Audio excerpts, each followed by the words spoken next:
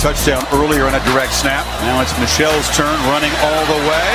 Gets to the edge. Sonny Michel will send the Dawgs home to the championship game. 53.5-yard drive near hash, kick right, snap, hold, kick is away, it's reaching, and it is good, good, good. Hot Pod does it. All right, Hot Pod. Wilcox with an up and out, wide open. Touchdown. Israel Troupe.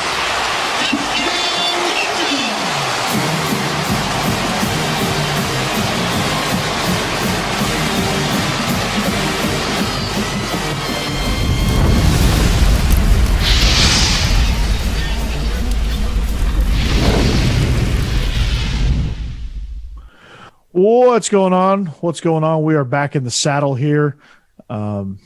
We are the Bleav in Georgia Dawgs podcast on the Bleav Podcast Network. Coming at you on Brinks TV. Joining me is my man, Israel Troupe. What's up, Israel? 2 times in a row, baby. I love it. But can I start off the show by saying this? I know the playoff committee, they've tried to do their due diligence of teams that should be the top 4 and things like that. But I don't know why, because I see it every time we do our podcast. Cincinnati almost beat us last year. Mm-hmm. If that's not saying that Cincinnati's not one of the top 4 teams in the nation, I don't know what is. BT Dubs. We have to win because of a field goal. Yes. And they're undefeated now. In a world of college football where there's not really like anybody clear cut, besides Georgia at this point. So it'll be interesting, especially if Alabama goes down in the SEC championship game next week.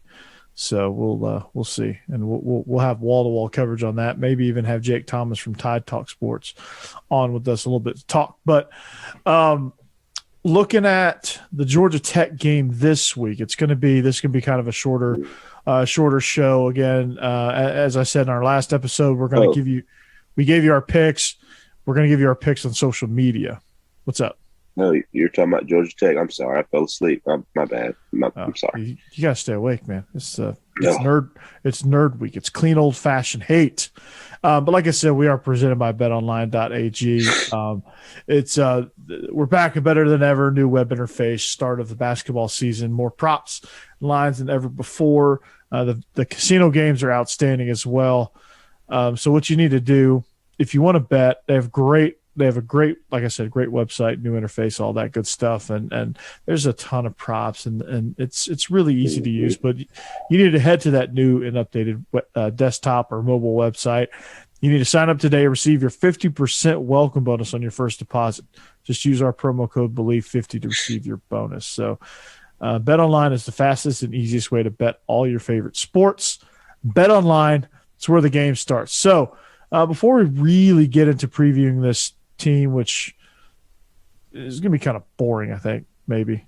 I hope not, but we'll make it exciting. You know what? We're going to do story time. How about that? What you got? We're going to talk about your experiences with the Georgia Tech game and what is this Thanksgiving week going to look like for Georgia? Like as far as practice goes and as far as like logistics and everything, how's that going to look? We don't get to go home. We're pretty much there the whole week. I don't know how to do it now, but this is how we did it. We had practice Monday, Tuesday, and Wednesday. Thursday morning was the walkthrough, obviously, and then we got to go home if you live close, or Coach Rick and all the position coaches. Also had Thanksgiving at their house, so we were not allowed, but we were more than welcome to go to their house if guys who live farther away. It was a family affair. They had if I'm not mistaken, it was Wednesday night. We had the Friendsgiving where they cater us and feed all from trainers to equipment guys to video people to all the guys that make Georgia football work. We all got to meet those people, those guys behind those ladies and guys behind the scenes. So it was a really good time. You always want to be home. There's nothing like being around your true family, during Thanksgiving. But it also helps you recognize that family doesn't always have to be blood. You see these guys, these coaches' families, these coaches' kids a lot more than you see your own sometimes, especially during the season. So, you have an extended family, throughout. So it was always a fun time. Coach Ray did a great job. We had a movie night. We go to the bowling alley. He always had different activities for us to do as well. So it wasn't just us.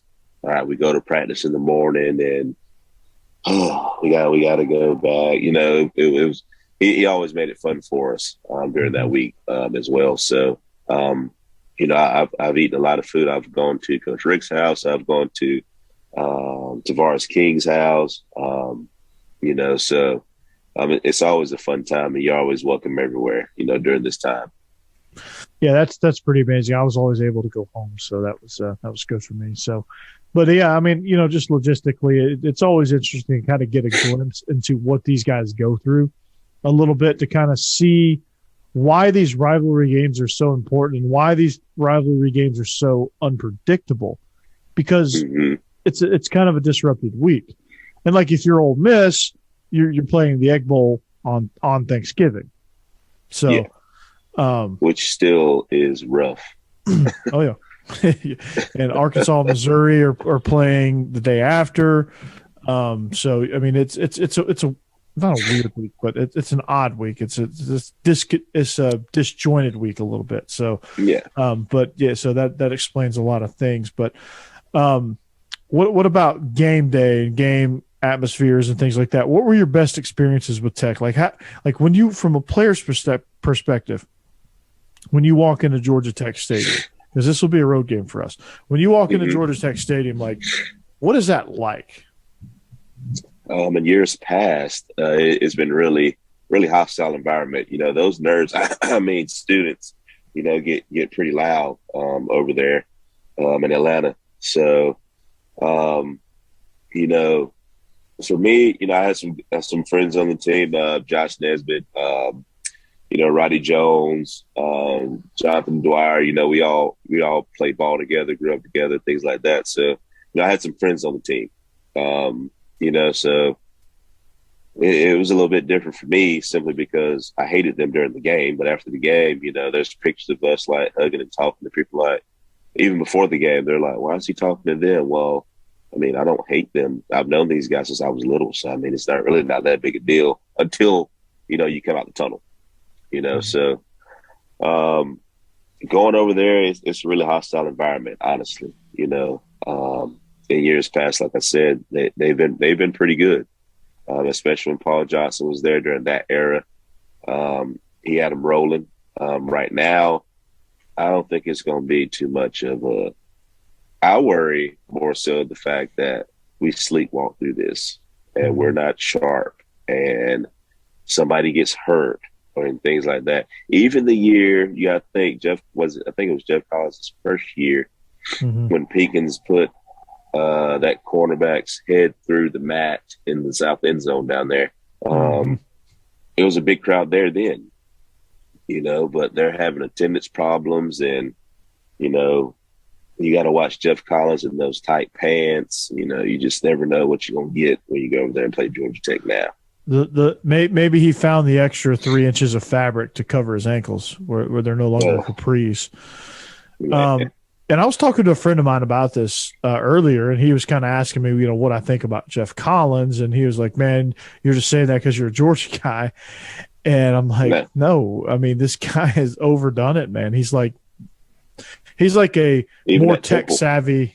Yeah, he's a more tech savvy Butch Jones. I mean, the guy just has slogan after slogan, gimmick after gimmick, and it's all just surface." And I don't think his team's fully bought in. I know this is a little bit off topic, but have you seen the facilities at Arkansas State? No. Oh, my God. He's pretty much got everything Georgia has, just on a smaller scale. Just picture everything Georgia's got right now, and just picture it like a little bit smaller, like meeting rooms, all that stuff that Georgia has right now. That's what he has at Arkansas State. Yet they've lost like 8 games. He can't win. Yeah, see that part I can't help you with, but it ain't from a lack of facilities. That's those are facts. I'll have to go do that after we finish here. I'll have to go check that out. But like Jeff Collins, like I like the 404 thing. I thought that was clever. That's where it should have stopped. Like you should have just ran with that. But he couldn't. Like he has to have, always has to have the Waffle House cup, or has the dresses like a buffoon with the tight pants and just an odd bird, Yeah. Outside of this week, I like it simply because he's a Georgia guy. He does a lot of good things that Georgia Tech should have been doing a long time ago, if you really think about it. Bringing publicity to them, showing the great things that they do at Georgia Tech. He does a great job of that. But in this week right here, I don't like you at all. I don't like the fact that you're ruining Waffle House by holding up those cups, because those cups are golden. If anybody's ever ate a Waffle House, Waffle House is the bomb.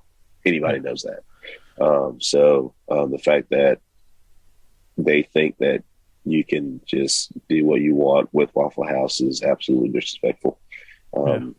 After 4:00 on Friday, we play on Friday this week. So after 4:00 on Friday, I mean, I'm okay with you guys, but until then, I don't like you guys.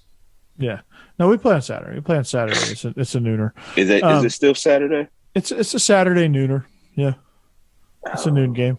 I thought they were talking about moving it on Friday. They may have talked. I read that somewhere.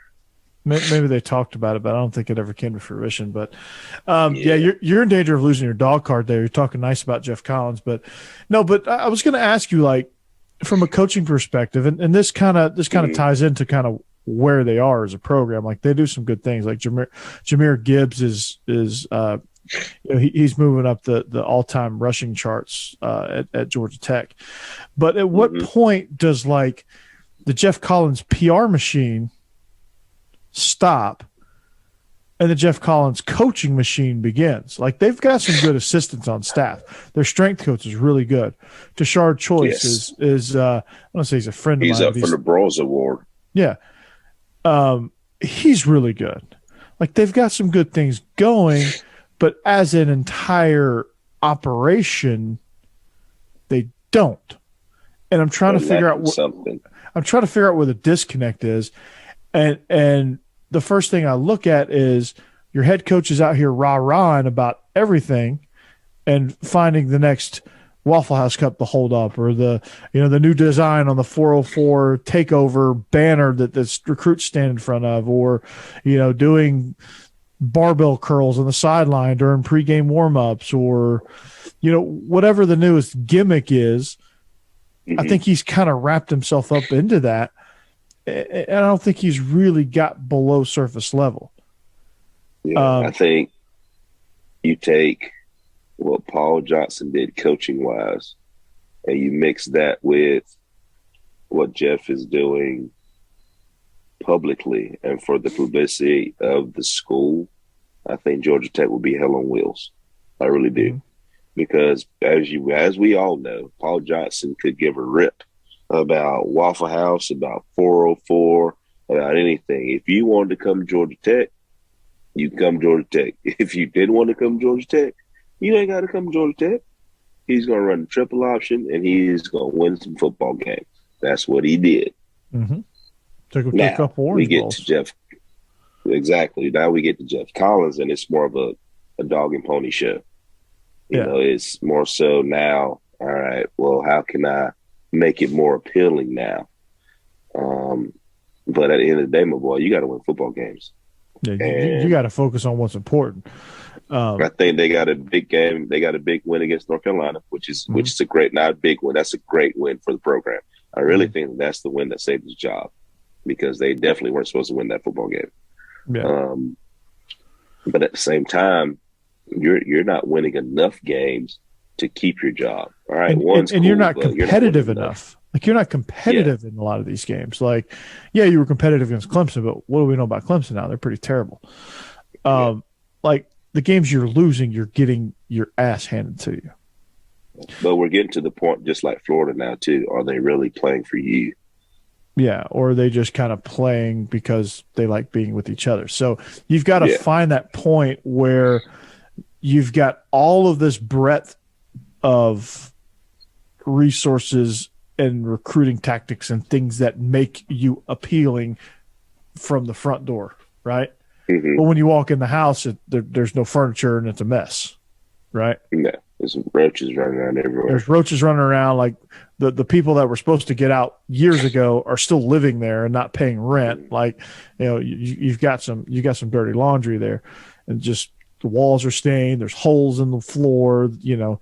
Glass is broken, and it's just a mess.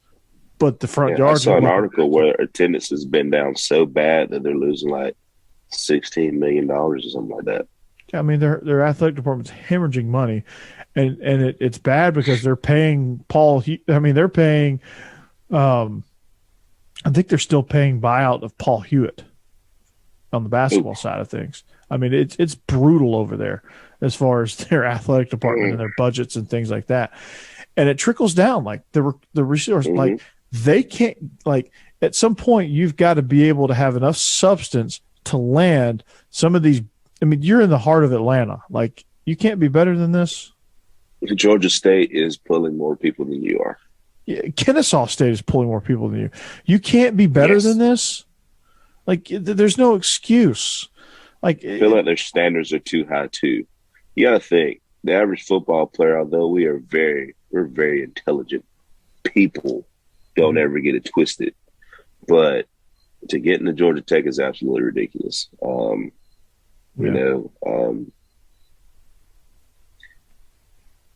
I'm not saying that we should cater to anything, because I think that makes people soft, but I think that your standards of getting into the school itself are absolutely too high. Yeah. And the caliber of player that you're trying to get ain't going to reach that. And you've got to adjust. Yes. Adapt or die. Yeah, adapt or die. You've got to adjust. Notre Dame adjusted. Georgia adjusted.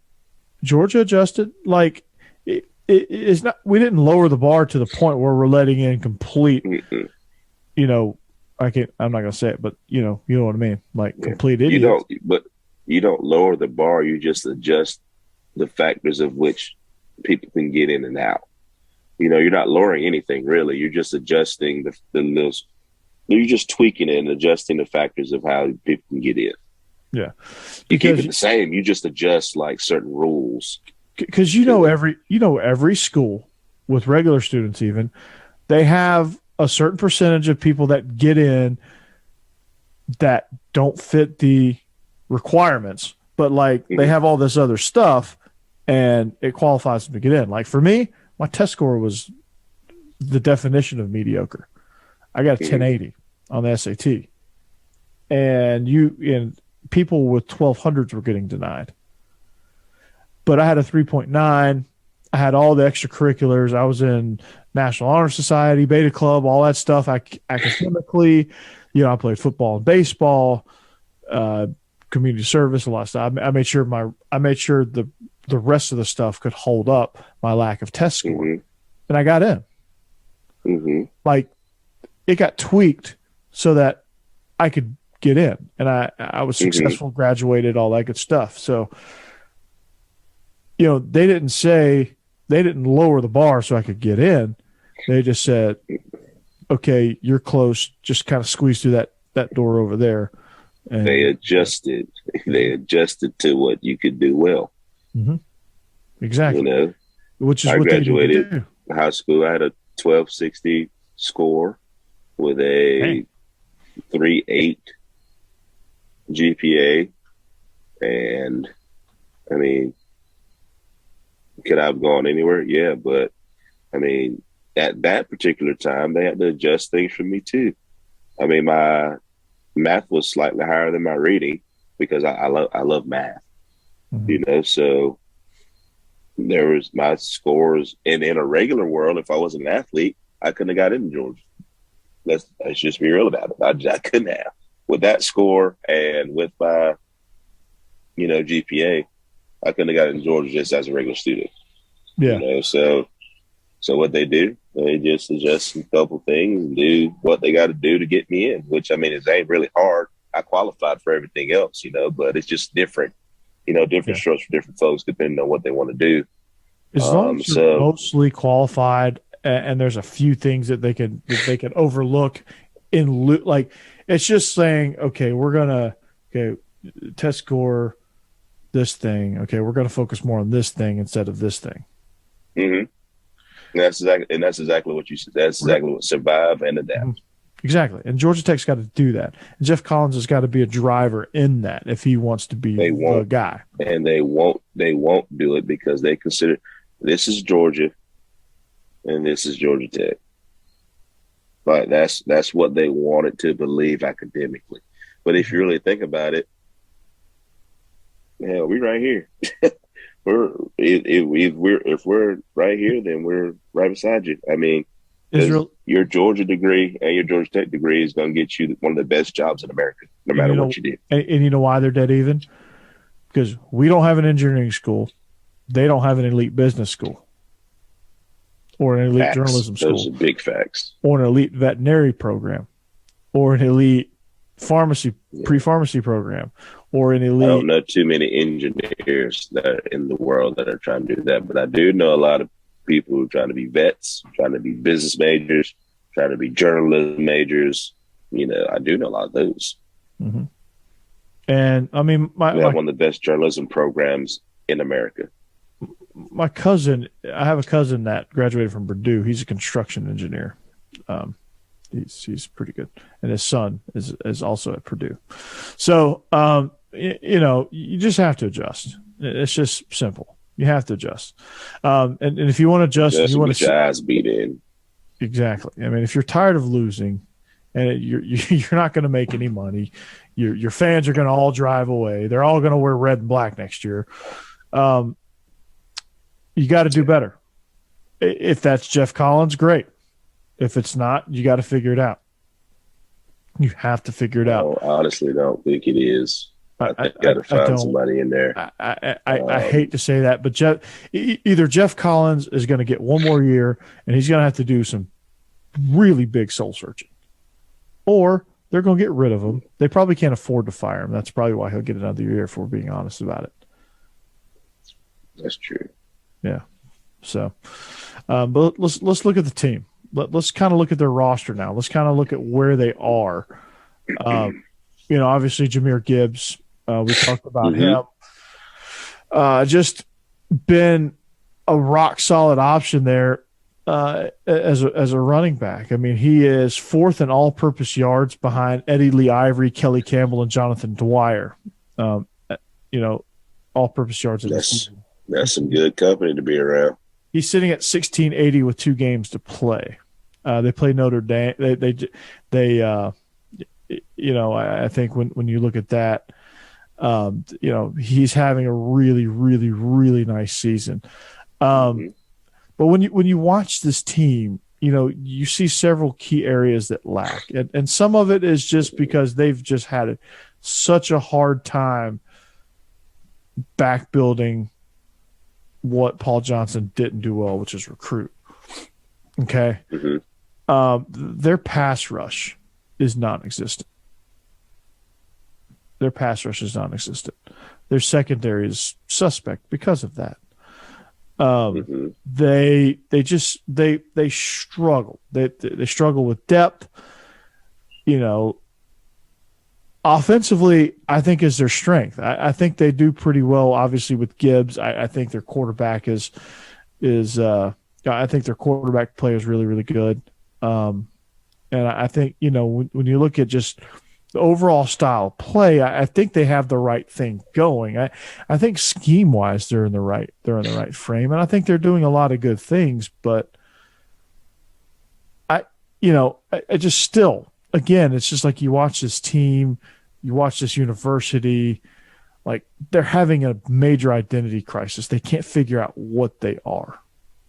Yeah. I want you to close your eyes and think of one Georgia Tech defensive player that you can name without Google or anything. Name one defensive player. Like right now or just like of all time? No, like right now, on the team right now. Oh, yeah, that's a wrap. I can't do that. Yeah, you can't. Because why? Because they're not very good on defense. And that's the problem. You could always name at least one Georgia Tech defensive player. I can't remember his name per se, but he played for the Bengals. He was number 93, not mistaken. Oh, dude, Michael Johnson. Dude had an extremely long name. That's it. Mr. Johnson. Yes. See, Yeah. I can't remember his name, but I remember him.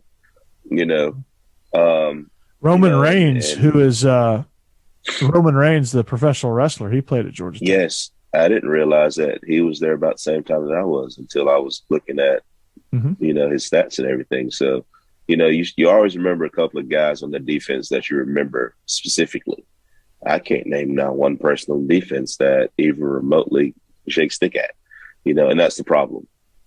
We know Gibbs offensively, but name anybody else on the offense that can give you problems. Kenyatta Watson, maybe? Maybe. On a good day. If they're having a good day, he can. Yeah. I mean, but some of these freshmen are pretty good. Like Calvin Johnson. They don't have any of those. The Tashard Choices, the Reggie Balls, the Joey Hamiltons. I know y'all forgot about them. The Joey Hamiltons. Joe Hamilton. Yes. So they don't have any of those guys anymore that you just know, from just looking at them. So I think that's a problem. I don't think they're far away just from the simple fact they're doing a good job recruiting, but they're not recruiting the right guys for the right positions. I think they need some help on defense. Like you said, defensive line, linebackers, secondary. Those guys are young. Yeah. But I mean, you're still recruiting 4 or 5-star guys that should be balling. The biggest knock on Kirby Smart was that he's not developing players, but guess what? He is. You're getting first rounders, second rounders, third rounders every single year. Because he rotates. When's the last person to get drafted out of Georgia Tech? I don't think they had anybody last year. But I mean, Kirby plays 24 guys on defense. I mean, those guys get snaps. And then you look at their quarterback situation, Jeff Sims. Like, what do you make of him? You had Yates, who is a 5-star kid. I mean, You got Jemias Griffin at running back, and the reason I know that is because he went to Rome, which one of my really good friends is running back coach at Rome. I know that's the only reason I know that. Yeah, So I think the problem is that the development of players there is not going according to plan. I don't know why, because they got a heck of a strength coach. They really do. I like him a lot. Strength wise, they look better. They look more like what you would expect, and part of it's just because they wear an actual brand of uniform now, and they don't look like a high school team. Yes. But they don't look like a high school they team. Can compete. Yeah, they look like a college team with the jerseys and in the jerseys. Mm-hmm. They look good. They look good. But I think the development of the player itself is the problem. That's the biggest thing that I see. I don't see them getting better. But I'll only watch them every once in a while. But to me, they're not getting better. Each and every game. To me, they're just kind of either the same or worse. Which, if you're the same, then you're probably worse. Yes. So it's called insanity, doing the same thing and expecting different results. Yeah. Yes. I mean, look at the game against Boston College, right? Jahmyr Gibbs ran a kickoff back 98 yards, scored another on the scored another. He had 223 all-purpose yards in that game alone. This is in a 41-30 loss, right? Jordan Yates, long drives, 2 possessions following the Gibbs return. Malachi Carter, I guess, is probably the guy. Brett Semeglia, That name sounds familiar because I think he transferred from Tennessee. I'm pretty sure. But they lost their fourth straight game. They're 3-7 on the season. They allowed 329 yards in the first half. Yeah. Won the second half a little bit, but in the second half. When you have your individual notes from that game, and this game really kind of stood out to me, but when you look at the individual notes and it's just Gibson, or it's just Gibbs. I mean, it's all Gibbs. It's all Gibbs. That's a problem. Mm-hmm. Which means when the Dawgs come to town, all we got to do is stop one person, and they won't cross the 50. Gibbs. Yes, Jahmyr Gibbs. That's it. I mean, you hone in on him, and that's it. And then Cook, Samir are going to have a field day. So, I mean, I think it's going to be name your number on offense. And they'll probably score Do what I want to. It'll be 45-7 probably. Is kind of how I see it. But just because they're not going to be able to stop anything that we do. Probably end up having 3 takeaways defensively. I just don't think they have anybody that can block our guys. Jalen Carter is back. He had the flu, so thankfully. I mean, Jordan Davis. I mean, there's a hashtag Jordan Davis for Heisman. Love it. I love it. I mean, maybe Pickens comes back and actually throws somebody in the stands this time instead of beating their head up against the pad. Well, he's gonna have to. do that. Don't do that.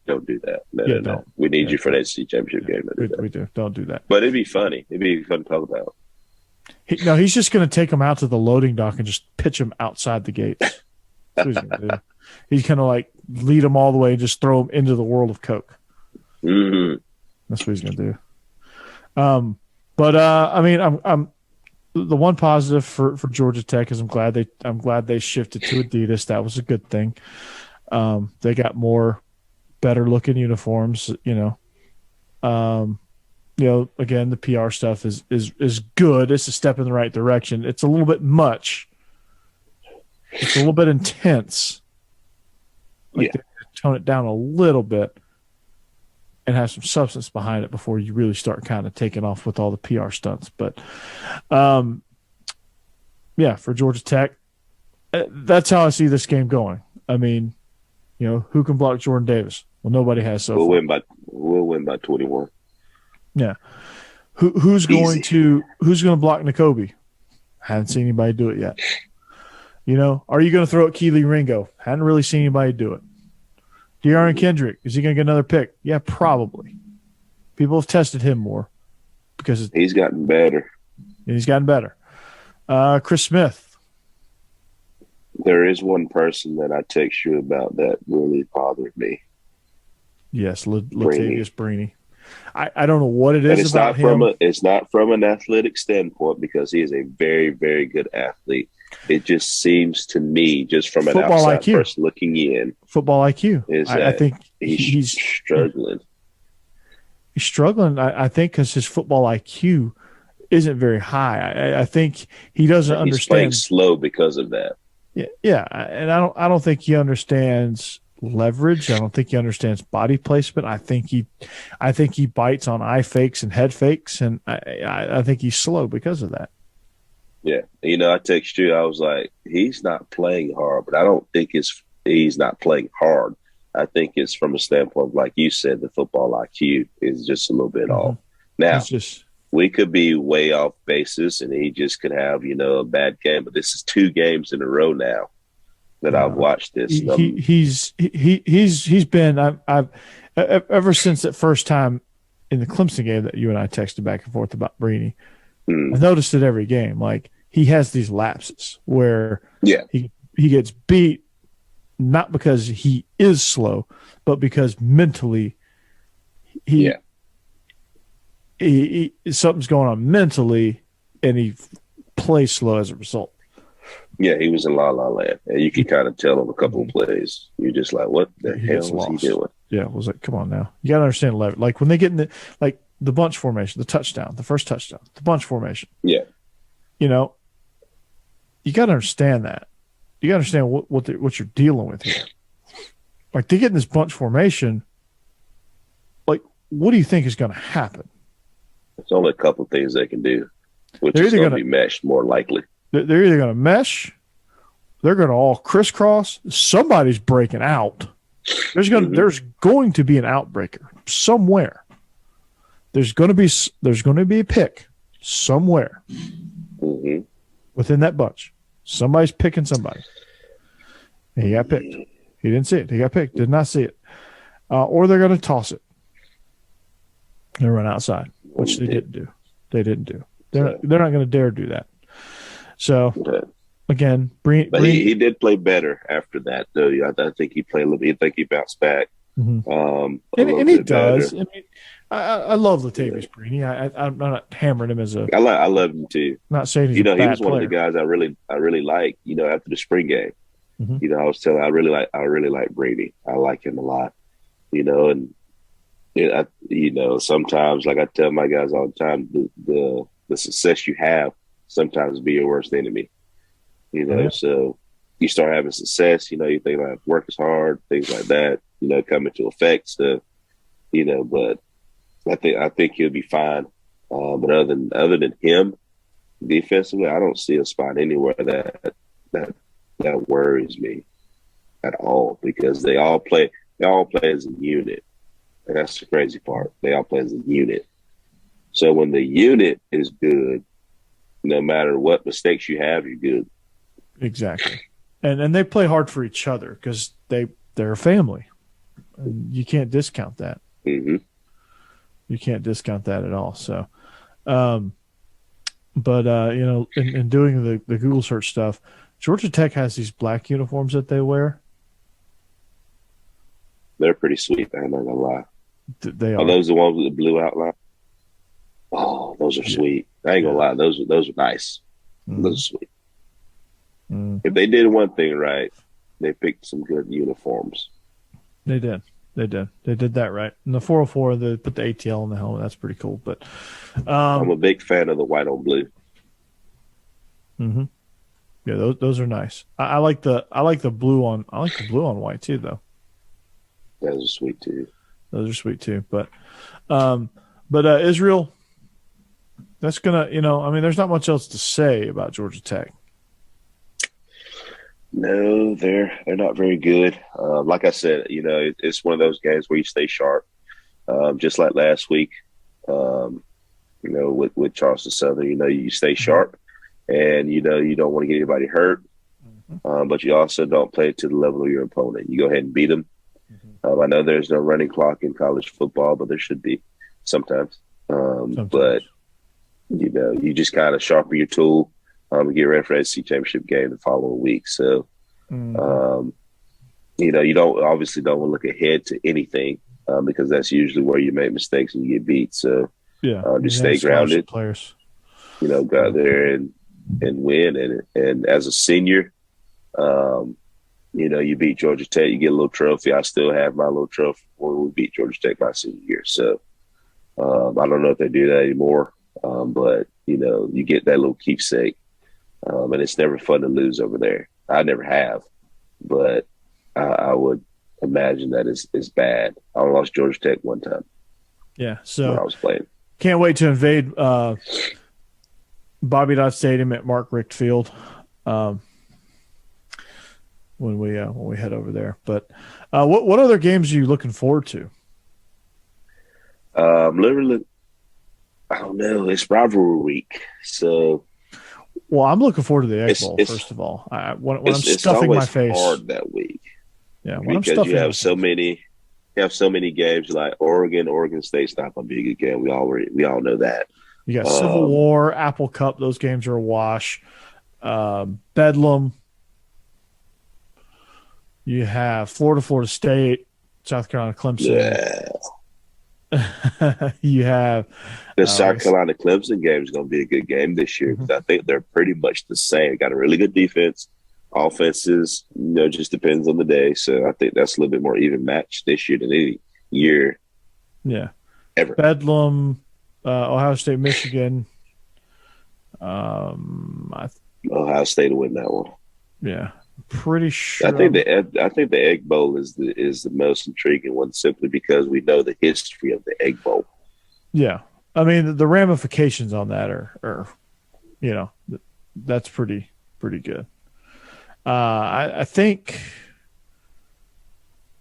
who plays? Is it LSU A&M? Yes, LSU and A&M should be playing. That'll be interesting. Yeah, they play this week. They play that week too. Yeah, because they're both off this week. LSU and A&M are both off this week. So Kentucky Louisville will be kind of fun. Louisville's bowling, which that's going to be the game. At the beginning of the season, didn't think Louisville was going to be bowling, and then I'm not sure the other games, but those are some games. I'm really circling the Egg Bowl and the Iron Bowl. The Iron Bowl, I forgot about that one. I think if Bo Nix hadn't gotten hurt, they were going to lose. So I think Philly gives them the best chance to win right now. Yeah, there you go. So, but I'm excited about that. But yeah, stay tuned to our picks on social media. We'll stick those out there and we'll let you kind of comment on those. But we're going to wrap this thing up with our quick Georgia Tech preview. Like I said, it's a quick show. So we want to wish you and your family a very, very happy Thanksgiving. We hope you travel safe to where you're going. We hope you enjoy all the turkey and dressing and all the fixins that you may have at your Thanksgiving parties and get-togethers. I know. Obviously, turkey gravy. You gotta have some good dressing, and then you have the sweet potatoes. Which some sweet potato souffle, which some people do marshmallow, some people don't. That's a controversy in and of itself. Mac and cheese. You have some, green bean casserole. It's like the casserole season. Caramel cake is my favorite dessert. What are some of your favorites? Everything you just named. My mother-in-law makes these peas. I don't know where she gets them from. They're like, I don't know what they're called, but they're absolutely delicious. My mom makes the mac and cheese, so there's that. We have a plethora of things. Deviled eggs, I love deviled eggs. That makes one of us. So it just depends on what I'm in the mood for. I'm more of a ham guy, other than turkey.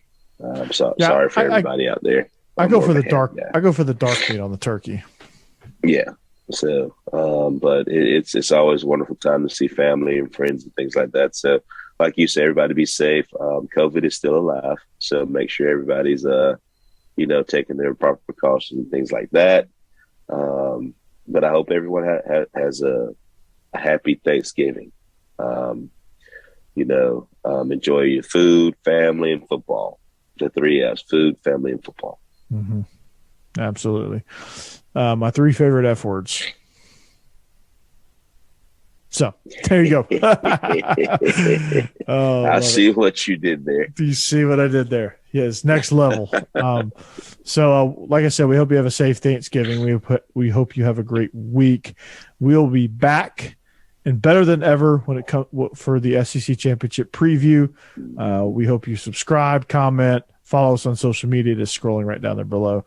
But we are the Bleav in Georgia Dawgs podcast on the Bleav Podcast Network, also on the video side, coming at you from Brinks TV. We are presented by betonline.ag. For Israel Troupe, I'm Corey Burton. So long and see you later. Happy Thanksgiving and go Dawgs. Go Dawgs. This is Bleav in Georgia Dawgs podcast on the Bleav Podcast.